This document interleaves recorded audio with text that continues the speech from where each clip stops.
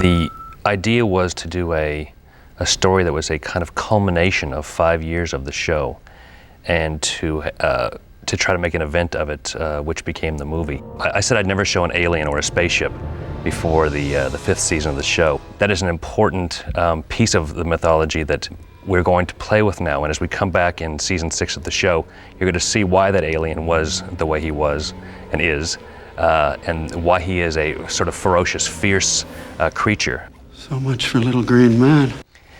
There was a scene written for the movie, and it had to do with Mulder's sister, who was, he believes, abducted when she was 8 years old. There was an answer given to that, a bigger and more complete answer than we'd ever gotten before. Why are you telling me this? For the sake of my own children. Once it's learned what I've told you, my life will be over. We realized it was just too much information, and so we cut it out.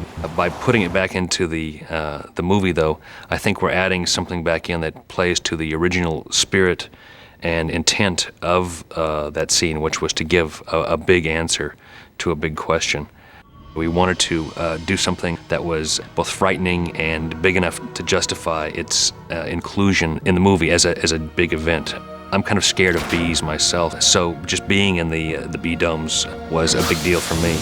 I put on a protective outfit, and I was in there during the filming, which was, in the end, really exhilarating because David and Gillian weren't in these get-ups, so you got to watch them really performing a pretty amazing stunt with live bees, thousands of live bees, and my hat's off to David and Gillian for pulling it off, because the work that they do is just unbelievably hard.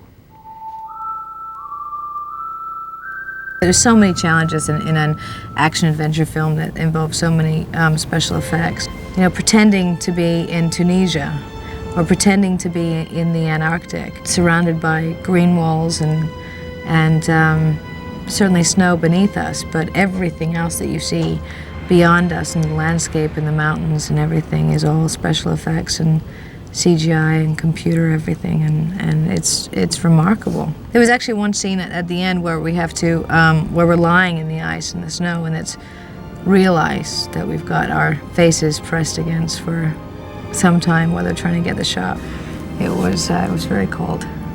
I'd have to say the most uncomfortable scenes to shoot were in the cornfield. I had to run very close behind David, so all of the corn that he goes through ends up like whacking me in the face. We did a lot of stuff attached to wires. We had to get a shot of us sliding down the face of the exterior of the spaceship, and we slide forward full speed ahead and drop, and at some point the wire goes taut and it catches us before we fall off the edge. I actually wanted to keep going. It excites me rather than terrifies me. I'd have to say that shooting the hallway scene was probably one of my favorites. It was such a momentous moment in the history of these characters, and I think I enjoyed that aspect of it a great deal. The movie is pivotal to understanding the series as you go on. Along the way, we will cover a lot of the ground and explain a lot of things that the movie may not have explained perfectly, but that's part of the fun of the X-Files. Unanswered questions, questions that are answered and then the answers are taken away. We're big Indian givers on this TV series. We often say things and then learn that they're lies later on because we're dealing with so many treacherous characters. And I guess I'm a sort of treacherous character in that way too, and that I'm constantly pulling the rug out from underneath the viewer. So the movie is important to the series, all important. You will gain not only a bigger appreciation for the series as it goes forward, but the series as you look back.